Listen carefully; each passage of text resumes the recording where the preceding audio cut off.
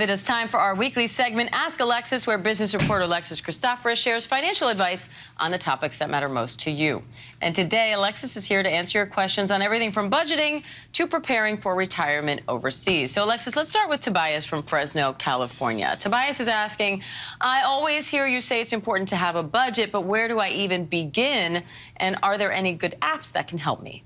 Well, first of all, Tobias, I'm glad that you're listening because a budget can really help make sure that you don't run out of money each month, and it will help you save money for your goals or for emergencies. And while setting a budget may seem overwhelming, it's really pretty straightforward. So we're going to start by writing down how much money you make and include all your income, like child support, for instance. Then I want you to add up your bills, those that are the same each month, like rent, internet, cable, and those that might change, like your utilities. Then add up other expenses like food, gas, entertainment, clothing, your credit card bills.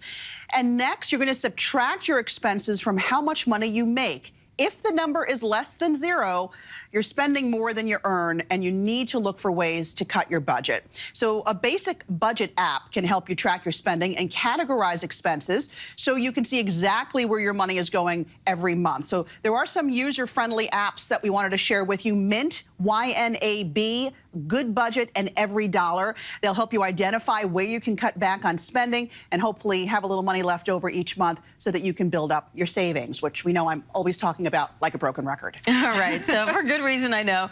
Marianne from Portland says, my husband and I would like to retire to Portugal, woohoo, in the next 2 years. We love the country and culture, and our money will go farther. What's the best way for us to get our Social Security checks, and do we still need to pay U.S. income tax? Well, first, let me just say this sounds super exciting, does it not, for Marianne and her husband? I mean, I'm biased, but I do love Portugal. It's where my family's from. I knew that you would love this question. All right, so you're asking the right questions, Marianne, because there is a lot to consider when you're thinking about retiring overseas, including how you're going to manage your money.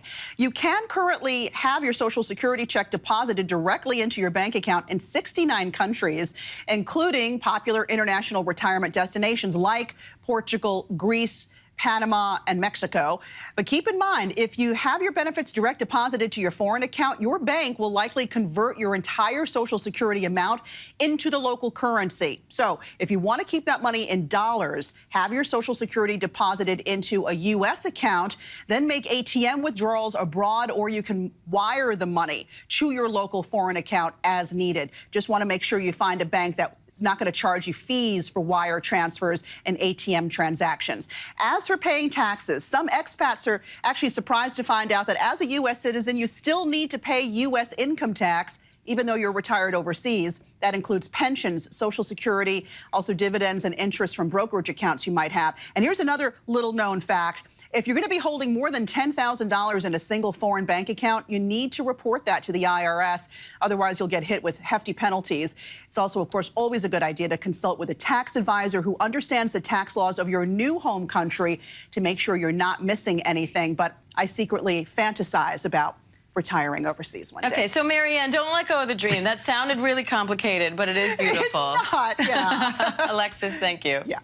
And if you want to ask Alexis any personal finance questions, leave a message on our Instagram feed. She just might answer your question right here on Thursday. Hi, everyone. George Stephanopoulos here. Thanks for checking out the ABC News YouTube channel. If you'd like to get more videos, show highlights, and watch live event coverage, click on the right over here to subscribe to our channel. And don't forget to download the ABC News app for breaking news alerts. Thanks for watching.